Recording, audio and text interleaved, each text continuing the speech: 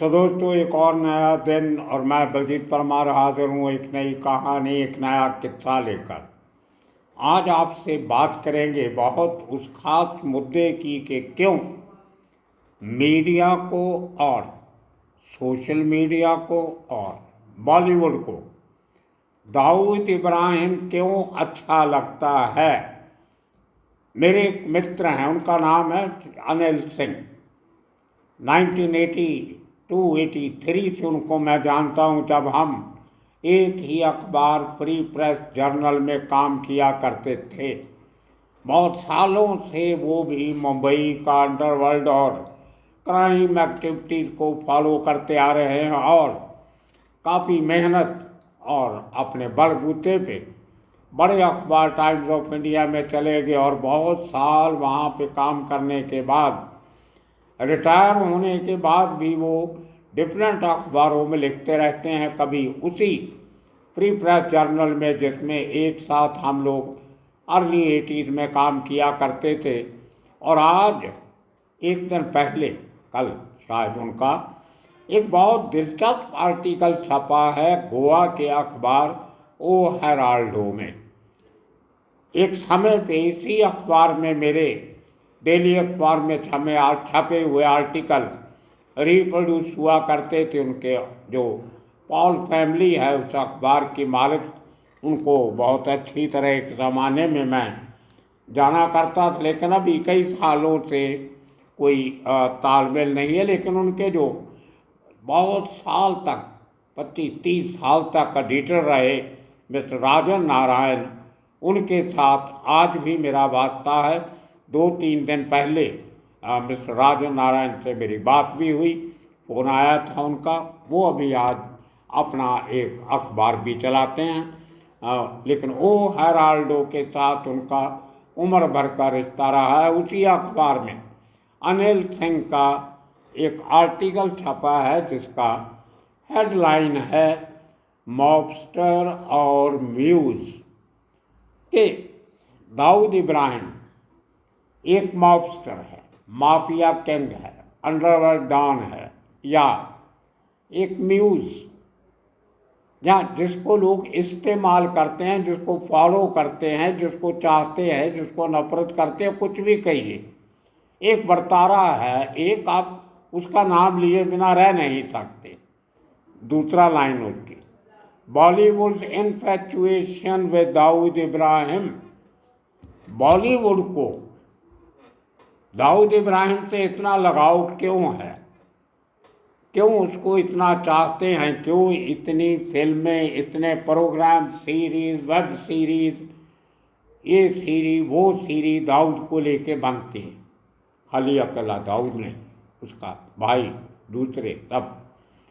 जो साउथ मुंबई का गैंगस्टरिज्म था, खास तौर पे मुस्लिम जमात से जुड़ा हुआ, उसको लेके ही इतना कुछ क्यों हो रहा है। एक आगे की लाइन में आपको उनकी पढ़ के सुनानी चाहूँगा। मैंने आज अभी आधा घंटा पहले अनिल से फ़ोन करके परमिशन ले ली उनकी कि मैं उनके ख्याल, उनके विचारों को लेकर आज का एपिसोड बना रहा हूँ, तो उन्होंने मुझे इसकी परमिशन दी है। Thank you very much my dear Anil bhai. मैं अपने दर्शकों को अनिल की तस्वीर भी दिखाऊंगा। बहुत बेदाग किस्म के जर्नलिस्ट हैं, कभी कोई उल्टा सीधा दाग उनके दामन पे नहीं लगा। इज्जत की रोटी पहले भी खाते थे, आज भी खाते हैं। शायद इसीलिए हमारी इतने सालों से दोस्ती आज भी कायम है। पिछले साल इन्हीं दिनों में उन्होंने मुझे एक बहुत खूबसूरत टी शर्ट खरीद के मुझे कोरियर करके भेजी थी, जो मुझे अच्छी लगी थी। उसका भी शुक्रिया अनिल भाई को मैं आज करता हूँ। अगली बात जो अनिल भाई लिखते हैं कि अगर आप बॉलीवुड की फिल्मों का इतिहास देखें, जो ताज़ा है, हमारी जनरेशन ने देखा है, वो लिखते हैं कंपनी एक फिल्म आई थी, सत्या दूसरी फिल्म, ब्लैक फ्राइडे तीसरी फिल्म, वास्तव, अब तक 56, shoot out at Lokhandwala, shoot out at Wadala, Daddy, Dongri ka Raja, once upon a time in Mumbai और उसका जो दूसरा पार्ट बना था once upon a time in Mumbai Dobaara. इन दोनों फिल्मों के साथ मैं भी अटैच था। मिस्टर लूथरिया उन्होंने ये फिल्म बनाई थी, डायरेक्टर थे, तो मेरे पुराने मित्र हैं। तो उसके बाद Mumbai and its sequel, D day एक फिल्म आई थी, एक रिस्क फिल्म आई, and now the OTT serial Mumbai Meri Jaan. आप में से बहुत सारे लोगों ने मुझे पिछले 2 हफ्तों में बहुत मैसेज किए कि मैं इस सीरियल की बात करूं, इस सीरीज़ की, OTT सीरीज़ की, मुंबई मेरी जान। तो आज थोड़ी सी बात करेंगे। हाउ लॉन्ग, अगला सवाल जो अनिल ने खड़ा किया है जो मुझे बहुत अच्छा लगा, वो कहते हैं कि how long we can milk the Mumbai underworld. हम कितना निचोड़ सकते हैं अंडरवर्ल्ड को, कितना निचोड़ेंगे। और ये जो एक रिवाज बन गया है, एक फैशन बन गया है, बना इसलिए कि दाऊद बिकता है, दाऊद का नाम बिकता है, हर आदमी उसको कैश ऑन करना चाहता है। इसलिए उन्होंने एक जो दाऊद के बारे में टिप्पणी की है बहुत सही की है। वो कहते हैं more than a mobster, Dawood एक मॉबस्टर तो है, अंडरवर्ल्ड डॉन है, माफिया किंग है, लेकिन उससे भी ज़्यादा Dawood Ibrahim seems to be Bollywood mule. ये बॉलीवुड का चहेता भी है, बॉलीवुड उसके पीछे पीछे चलती है।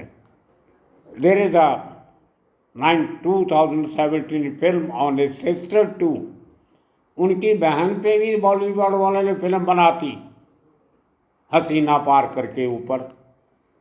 तो इन्होंने जो इशू रेज किया है कि इतने सारे सब्जेक्ट्स होने के बावजूद देश में क्या क्या हो रहा है।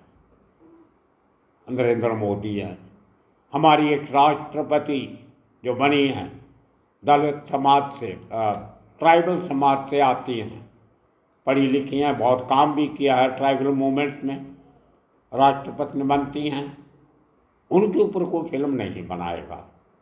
हमारे होम मिनिस्टर हैं अमित शाह, डिफेंस मिनिस्टर हैं राजनाथ सिंह, उनके ऊपर कोई फिल्म नहीं बनाएगा। फॉरेन मिनिस्टर है जयशंकर, एक हमारी एक और मंत्री भी है, पता नहीं किस डिपार्टमेंट की है, स्मृति ईरानी, खुद एक आर्टिस्ट हैं, उनके ऊपर कोई फिल्म नहीं बनाएगा। लेकिन अंडरवर्ल्ड पे फिल्म जरूर बनेगी, OTT प्लेटफॉर्म पे सीरीज जरूर बनेगी। और मज़ेदार बात यह है इनमें से बहुत सारा मटेरियल इन लोगों को पत्रकार लोग ही देते, मैं नहीं देता। मैं कभी किसी भी अंडरवर्ल्ड की फिगर को ग्लोरीफाई नहीं करता।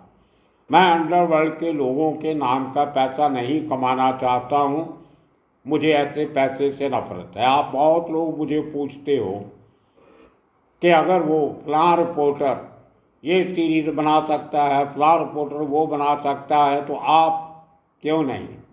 एक कोई शख्स हैं, भगत हैं किसी के, उन्होंने तो यहाँ तक लिख दिया कि बलजीत परमार की तो औकात ही नहीं है फिल्म लिखने की। अरे भाई साहब, मैं फिल्म राइटर नहीं हूँ, I am not a script writer, मैं फिल्मी आदमी नहीं हूँ, मैं ज़मीन के साथ जुड़ा हुआ एक सच्चा सुच्चा इंसान हूँ। मैं फैक्ट्स में बिलीव करता हूँ, हार्ड फैक्ट्स, हिस्ट्री, इतिहास, लॉजिक, रीज़न। मैं ये तो कह सकता हूँ कि हिंदुस्तान का चंद्रायन मून के साउथ पोल पे पहुँच गया और लैंडिंग कर गया, शाबाश, मैं कहूँगा, बधाई भी दूंगा।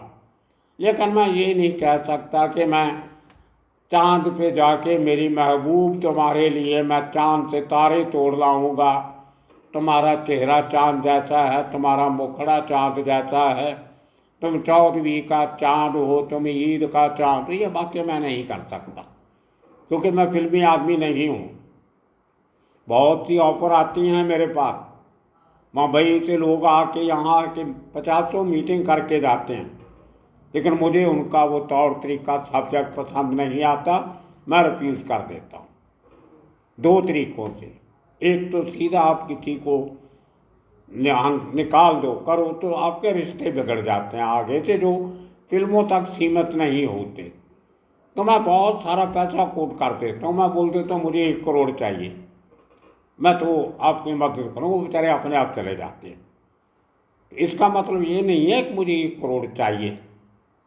अब मैं जब पूछता हूँ उनको कि मैं स्क्रिप्ट राइटर नहीं हूँ, मैं तो आपको एक कहानी दूंगा, फैक्ट्स दूंगा, क्या चीज़ कैसे हुई थी उसको आप एक तरतीब में परोस के उसके हिसाब के डायलॉग लिख लीजिए, स्क्रिप्ट सीन डिवीजन कर लीजिए, स्क्रिप्ट लिख लीजिए। वो टेक्निकल लोग होते हैं जिनका काम है, मेरा काम नहीं है, ना मेरे पास इतना वक्त ही है, मुझे और बहुत काम करने होते हैं। आप लोगों से दिन में 1 बार मुखातिब होना होता है। एक मेरी पंजाबी की वीडियो रोज़ की बनती है, कई बार पंजाबी की 2 भी बन जाती हैं, मुझे तो वहीं से समय नहीं मिलता।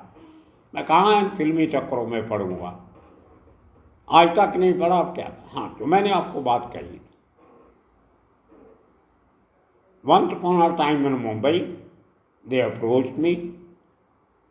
तो मैंने कहा मेरे पास कहानी लिखने का समय नहीं है, ना मैं लिखूँगा, क्योंकि मुझे मालूम है आप लोग फैक्ट्स को बहुत तोड़ मरोड़ के पेश करते हो, बहुत सारी लिबर्टीज़ लेते हो, और मैं उसमें अपना नाम खराब नहीं करना चाहता। आप स्क्रिप्ट किसी से लिखाइए, कुछ कीजिए, मेरा कोई लेना देना नहीं। तो मेरे से आप जो चाहते हो मेरे से टाइम फिक्स कर लो, एक दिन बैठ जाओ, मैं आ जाऊँगा, 3 घंटे 4 घंटे 5 घंटे जो किस्से सुनने हैं मैं सुना दूँगा, उनको अपने तरीके से आपने जो इस्तेमाल करना है कर लीजिए, और मुझे बताइए कितने पैसे देंगे आप, तो मैं आगे बढ़ते हैं। उन्होंने बहुत अच्छा अमाउंट फिक्स किया, मैं बताना नहीं चाहता, बहुत अच्छा अमाउंट। उस ज़माने में मेरी जो 1 साल की तनख्वाह हुआ करती थी मुंबई में, उससे भी ज़्यादा था। और मैंने कितने घंटे काम किए उनके लिए, लाखों रुपये उन्होंने मुझे दिए, और मैंने सिर्फ 4 घंटे उनके साथ मीटिंग की थी। 1 घंटा एक दिन की मीटिंग, 3 घंटे एक और दिन की मीटिंग। और उनमें से जो हिट सीन थे उस फिल्म में, वंस अपॉन अ टाइम में, और वो हिट सीन मेरे डिस्क्राइब किए हुए थे। और मिलन लूथरिया ने मेरा थैंक भी किया, और मुझे थोड़ा और पैसे भी दिए कि वी आर वेरी हैप्पी। अब अगर मुझे 4 घंटे काम करके लाखों रुपए मिल जाते हैं, मैं क्यों माथा पक्की करूं, उनके साथ 6 महीने जाऊं, बैठूं, स्क्रिप्ट राइटिंग करूं, शूटिंग होगी तब जाऊं, कहीं सीन चेंज करना, फिर मैं इस बंदिशों में नहीं पड़ता हूँ। और ना मेरी आदत है को मसाला मिर्च मसाला लगाना, और बिना मिर्च मसाले की फिल्में बनती नहीं है, ना टीवी सीरीज़ बनती। तो उसके बाद दूसरा उन्होंने बनाया once upon a time in Mumbai Dobaara. उसमें उन्होंने मुझे कहा कि आपके साथ सिर्फ 1 मीटिंग करनी है, और पहले अमाउंट से थोड़ा सा कम, 1-1.5 घंटे की एक मीटिंग की, और मेरे साथ जो पूछ रहा था पूछा, उन्होंने सवाल जवाब किए, अच्छे खासे पैसे दे दिए, मेरी 8-9 महीने की सैलरी जितने पैसे दे दिए 1.5 घंटे की मीटिंग में। तो मैं ऐसी बातों में यकीन रखता हूँ। मिलन लूथरिया आज भी हैं, उनके जो राइटर थे, स्क्रिप्ट राइटर मिस्टर रजत अरोरा, वो आज भी हैं, कोई भी उनसे बात करके पूछ सकता है। तो मेरा काम करने का तरीका अलग है, मैं चीप पब्लिसिटी के पीछे नहीं भागता हूँ, और ना ही हराम के पैसे के पीछे भागता हूँ कि आप झूठ, तूफान, मिर्च मसाला, ना हाथ ना पाँव, कुछ भी आप एक फिक्शनल सब्जेक्ट बना के उसको बोलो कि ये अंडरवर्ल्ड की कहानी है, मैं उन बातों में नहीं पढ़ता हूँ। तो शायद आप जिन लोग मेरे से सवाल पूछते थे आप क्यों नहीं काम करते, आपको क्यों लोग बुलाते, कितने कितने लोग, 50 लोग मुझे अप्रोच कर चुके हैं पिछले 10 साल में, 15 साल में, मुझे नहीं पसंद आते वे लोग। रजत अरोरा के साथ मैंने काम करने का सोचा था, उन्होंने पैसे भी दिए मुझे एडवांस, अच्छे खासे पैसे, पर रजत अंडरस्टैंड द सब्जेक्ट, जिन्होंने CID जो सीरियल था वो सारा तकरीबन रजत अरोरा ने ही लिखा। ये दोनों फिल्में वंस अपॉन अ टाइम और दोबारा दोनों रजत अरोरा ने लिखी। वो एक और सब्जेक्ट बनाना चाहते थे, मेरे साथ मीटिंग हुआ तब किसी तरह से वो प्रोजेक्ट रुक गया, ये आ गया था कोरोना ये वो। लेकिन उन्होंने बहुत अच्छे पैसे मुझे पहले भी दे दिए थे, बाद में भी दिए। दूसरी बात है कि प्रोजेक्ट पूरा नहीं है, उसमें मेरा कसूर नहीं था। तो जिन लोगों का मुझे पता है अच्छा काम करते हैं उनके साथ तो मैं काम करूँगा, और बच्चों के साथ जिनको ABCD क्राइम नहीं पता, मैं उनको बोलूं कि जो समद खान की बात है, पूछेंगे समद खान कौन, मैं बोलूँ वो करीम लाला का भतीजा था। करीम लाला कौन, भतीजा था तो समद के बाप का। इन बातों का जवाब देने का मेरे पास समय नहीं। राम गोपाल वर्मा, उसका एक चीफ असिस्टेंट आया मेरे पास कि आपका वो फिल्म बनानी है, आपको लेके एक सब्जेक्ट दीजिए बहुत बड़ा, आपसे काम भी करवाना है। मैंने कहा भैया सब्जेक्ट तो बताओ, किसके ऊपर बनानी है, क्या है, कुछ रूपरेखा सोची तो होगी। बोलते नहीं, हमारी तो फैक्ट्री है, आप जो आप कहेंगे वही बना देंगे। मैंने कहा राम राम, जब आपको इतना पता नहीं आप करना क्या चाहते हो तो मैं वहाँ पे जक मारूंगा कि आपकी फैक्ट्री में। तो दोस्तों अब देखिए, दाऊद को लेके इतना भागम भाग क्यों है। अब आप बात कर रहे थे वो जो मुंबई मेरी जान, पहले तो ये अपने आप में एक बहुत बड़ी नकल है। एक बहुत फेमस गाना था किसी फिल्म का, मुंबई मेरी जान, वो आपने उठा लिया, आपको अपनी क्रिएटिविटी से कोई नाम भी नहीं सूझा आपके सीरियल का।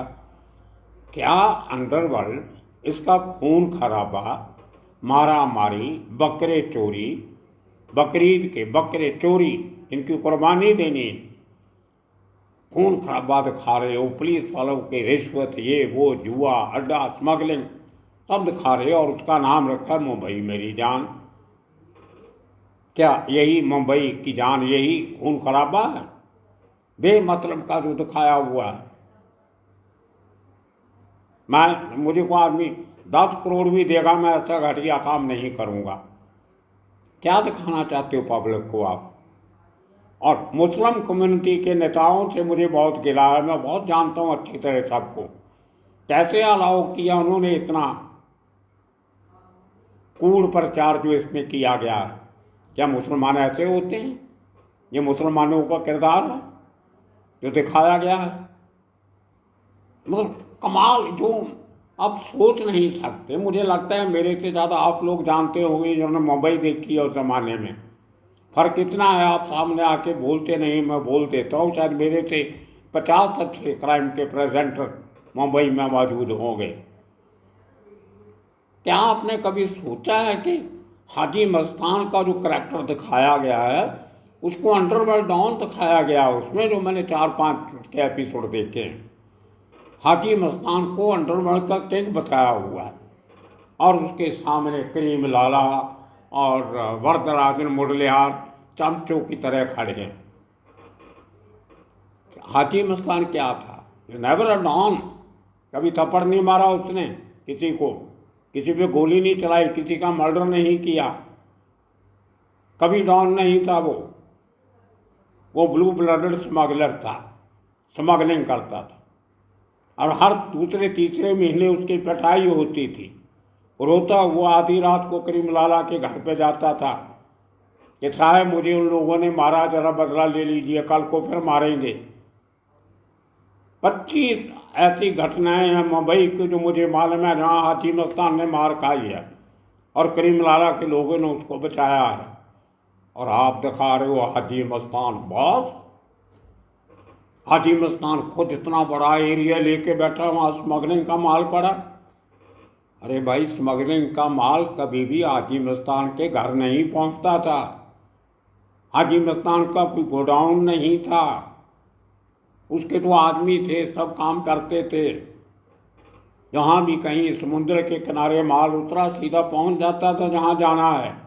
हाजी मस्तान तो जगह भी मालूम नहीं होगी उसको कहाँ माल उतरा। पता नहीं क्या दिखाते हैं। और करीम लाला का करैक्टर, जिस करीम लाला के सामने हाजी मस्तान की बोलती बंद होती थी, बोलने से डरता था, जुबान लड़खड़ाती थी, उस करीम लाला को आपने लल्लू बना के पेश किया हुआ है। और वो सबसे दबंग don Varadarajan Mudaliar, the most brutal of the lot, जिसने जितनी खून खराबा, जितना वरदाराजन वहशीपना जो उसके कामों में था। मैं हमेशा कहता हूँ कि दाऊद का जो दाऊद बना वो इन तीनों के गुण लेके बना था। उसने हाजी मस्तान का दिमाग लिया, करीम लाला की मसल पावर ली, और वरदाराजन मुरलियार का दरिंदगी ली। ऐसा काम करो कि दोबारा किसी की करने की हिम्मत ना हो, ऐसी सज़ा दो कि आपका दुश्मन दूर से कांपे। वो दरिंदगी उसने वरदाराजन से सीखी। ये तीनों का मेल लेके दाऊद ने अपना करैक्टर पैदा किया। और यहाँ क्या दिखा रहे हैं, हाजी मस्तान बॉस बना हुआ है, करीम लाला और ये दोनों चमचे बन के बैठे हैं उसके साथ। क्या ये अंडरवर्ल्ड की हिस्ट्री है? क्यों देखूं मैं ऐसे सीरियल OTT, क्यों लिखूं मैं ऐसी बातें? हाँ, आप बहुत अच्छे, मैं हमेशा अपने कमेंट में भी लिखा कि Hussain Zaidi is a very good fictional writer. Writer बहुत अच्छा है, वो उसको नावल लिखने चाहिए, कहानियाँ लिखनी चाहिए। वो चांद से तारे तोड़ के ला सकता है, महबूब के बालों में मर सकता है, वो हाजी मस्तान को डॉन बना सकता है, करीम लाला को चमचा बना सकता है। करीम लाला को स्मगलर बनाया हुआ है, बताएं। करीम लाला ने कभी ज़िंदगी में स्मगलिंग नहीं की। मतलब कमाल दिखाया हुआ सब। एक आदमी को पुलिस ऑफिसर बनाया दाऊद का बाप, वो 3 भाई दिखाए हैं, वो तो 12 बच्चे थे। दाऊद और उसके भाई बहन 12 जन थे, यहाँ 3 दिखा दिए। एक साबिर का मर्डर दिखा दिया और 2 दुबई भगा दिए। कि ये आप दिखाना चाहते हो अंडरवर्ल्ड? और वो बकरी बाजार से ईद के 2 बकरा, एक बकरा चोरी पकड़ के ले आते हैं घर में। क्या ये मुसलमानों का करैक्टर है? तो क्या मैं तो परेशान हो जाता हूँ ये देख के। आप कैसे देख लेते हो मुझे पता नहीं। हाँ, अगर प्योर फिक्शन है तो इट्स एब्सोल्युटली एक्सेलेंट, लेकिन please don't call it history of underworld, don't base it on underworld figures. Haji Mastan को हाजी मस्तान रहने दो, करीम लाला को करीम लाला रहने दो, वरदाराजन को वरदाराजन रहने दो। समद खान का करैक्टर कुछ और ही बना दिया। क्या आपको कभी ये 4-5 लोगों के अलावा अंडरवर्ल्ड नज़र नहीं आता? क्यों आप कभी दगड़ी डॉन की बात नहीं करते, अरुण गवली की? क्यों आप कभी अमर नायक की, अशोक नायक की बात नहीं करते? क्यों आप अशोक जोशी की बात नहीं करते? क्यों आप छोटा राजन की बात नहीं करते, बड़ा राजन की बात नहीं करते? आपको काली एंथनी नज़र नहीं आता, आपको अब्दुल कुंजू नज़र नहीं आता। कमाल है। और उसके बाद आप कहते हो हम क्राइम के बहुत जानकार हैं। और फिर एक आदमी कमेंट करता है मेरे चैनल पे, मेरा कोई लेना देना नहीं ये सीरियल से, OTT PTT क्या होता है ये? क्या आपने एक नकली आदमी खड़ा करके बोल दिया कि वो दाऊद के भाई को मारने वाली जो गाड़ी थी वो फूलों से सजी हुई थी? आपने एक नकली आदमी करके खड़ा कर दिया कि कोई फूल वूल नहीं थे। अरे यार, मेरे ये कहने से मैंने क्या लेना देना? मैं कोई फूल बेचने वाला हूँ? वो गाड़ी पे फूल लगेंगे तो मुझे पैसे मिल जाएंगे। मैंने तो वो ड्राइवर आपके सामने पेश किया था जो गाड़ी चला रहा था। अगर उसको पता नहीं कि गाड़ी पे फूल लगे थे, सजाई हुई थी कि नहीं थी, तो किसके बाप को पता होगा? ऐसी बेहुदा बातें लोग।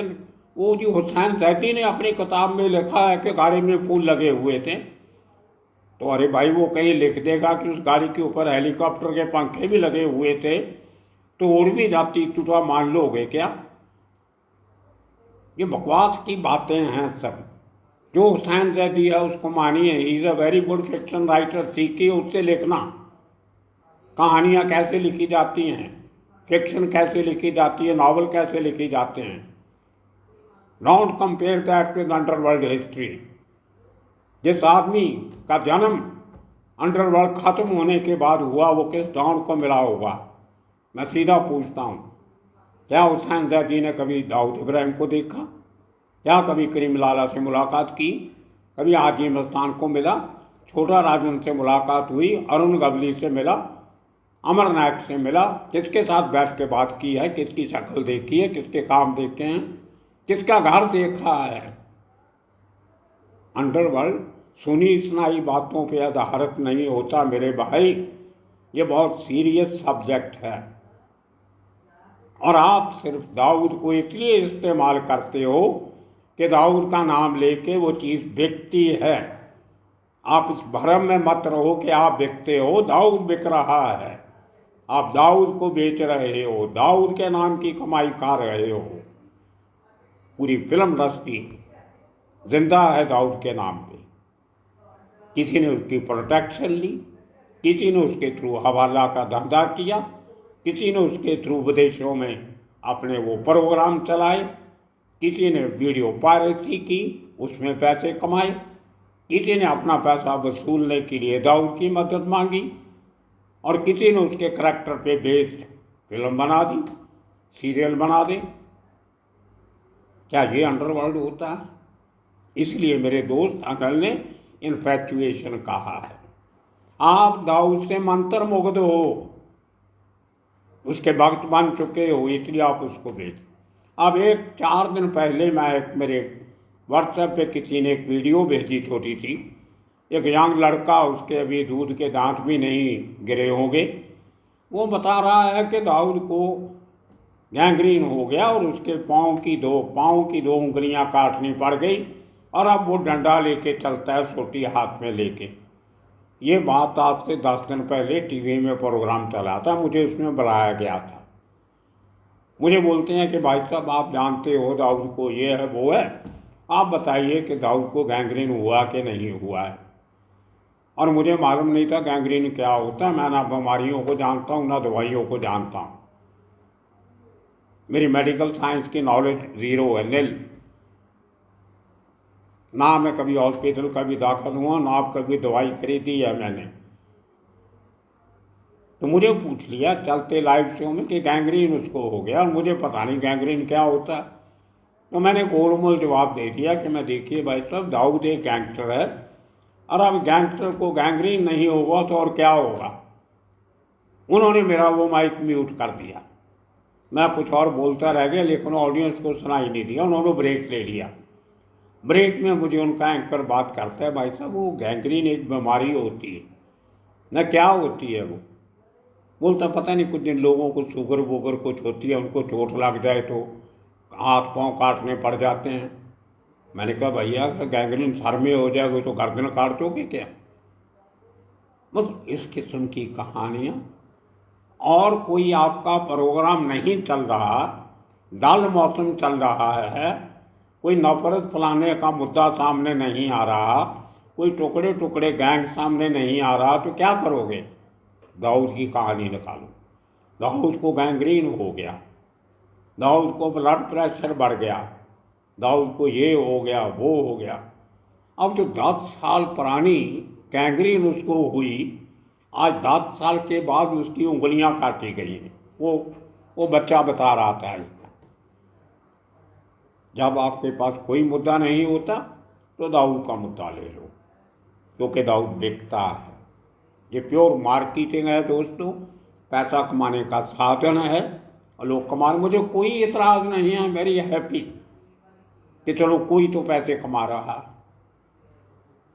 लेकिन ये इन्फैक्चुएशन इज किलिंग, ये समाज का कोई भला नहीं करेगी, ये कुछ अच्छा सब लोगों को नहीं देगी। आप तो पैसे कमा लोगे, लेकिन वो जो आपने दिखा दिया कि कैसे कत्ल करना है, कैसे मारना है, कैसे हफ्ता वसूली करनी है, कैसे स्मगलिंग करनी है, वो सब बहुत लोगों को ख़राब करेगा।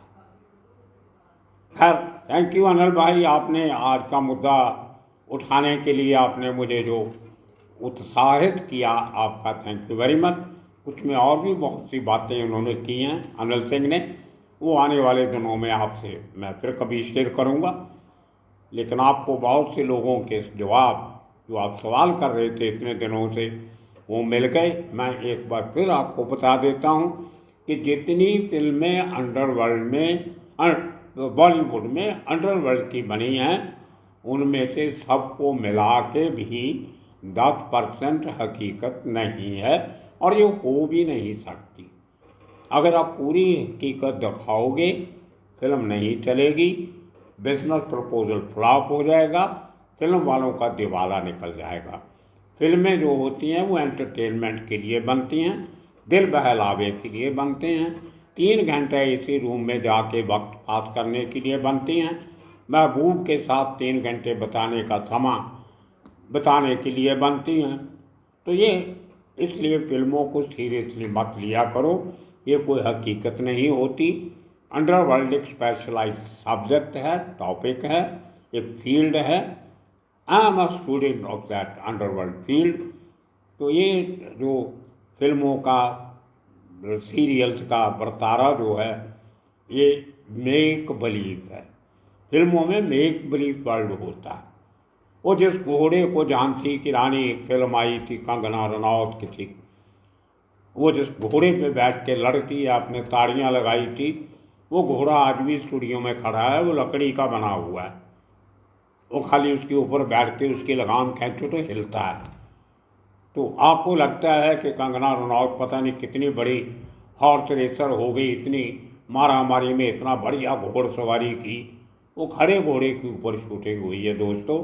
मैं खड़ा घोड़ा नहीं बनना चाहता हूँ। I am a man on the move. चलते फिरते ज़िंदगी जितनी निकल जाए अच्छा है। और ये मेक बिलीव वर्ल्ड में कोई मेरा यकीन नहीं है, मैं दिल बहलावा नहीं करना चाहता हूँ। हकीकत हकीकत होती है, अफसाने अफसाने होते। तो आने वाले दिनों में इसी किस्म के और कितने कहानियाँ लेके हाजिर होंगे। तब तक के लिए आप सबका बहुत बहुत शुक्रिया, धन्यवाद।